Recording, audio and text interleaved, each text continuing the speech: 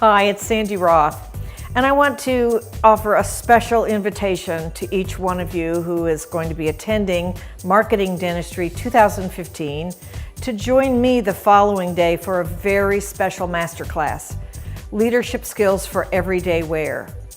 We're planning on a small group of people, dentists and a few practice managers perhaps, coming together so we can delve deeply into issues about leadership that are vitally important to your practice.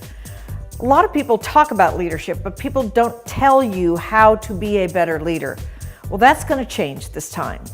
In our full day session, each one of you will be exploring your own traits, your style, your interests, your perspective, what you're about, what you care about, what's important to you, and learning how those things reveal the kind of leader you must be. Leadership is a very simple prospect, in my opinion. It isn't about learning how to stand on a stage and give grandiose patent speeches or write a very big book about the 5 most important things in coaching a sports team or what you learn by being a tennis pro or any of those things. Leadership is about taking the things you believe, things that are important to you, and making them available to the people you've hired to help you accomplish your goals in your practice. Think about your staff. Why do you have staff?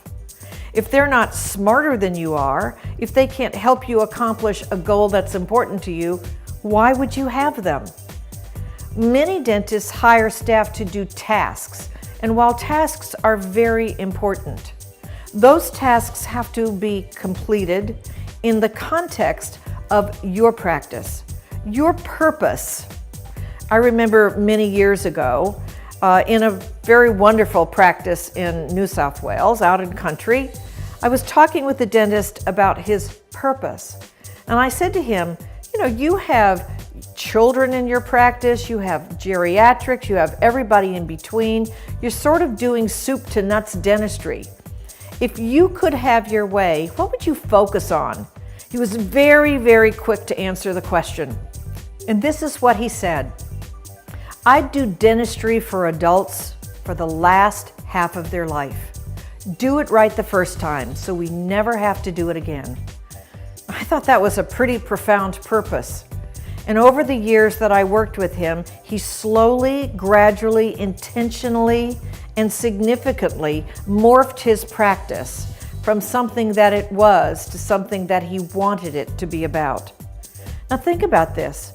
If you were going from a soup to nuts, age range to age range practice to one that was focused on patients, say 40 years old and higher, you would probably need to have different staff, different skill sets, different systems, different structures, different clinical skills. All of those things he was able to shift into something that made it pleasurable for him to practice for many more years than he thought he would in his old model.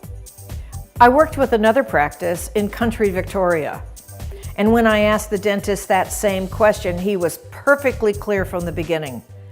I know that we're very far from Melbourne.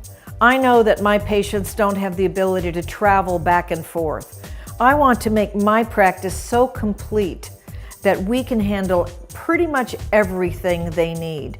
I work with normal, everyday, good-hearted, soul-of-the-earth kinds of folks. They don't want fancy dentistry, but they want good, long-lasting dentistry. Again, profound. So think about this. The first dentist I spoke to who wanted to focus on the second half of their life with dentistry that was done the right time, the first time, it's very different than the purpose for the dentist who wanted to be able to serve his entire community and far afield from that with as much good, strong, basic dentistry as possible. Whatever your purpose, it's your purpose. From that springs all of the things you need to know how to communicate in order to be a very effective leader.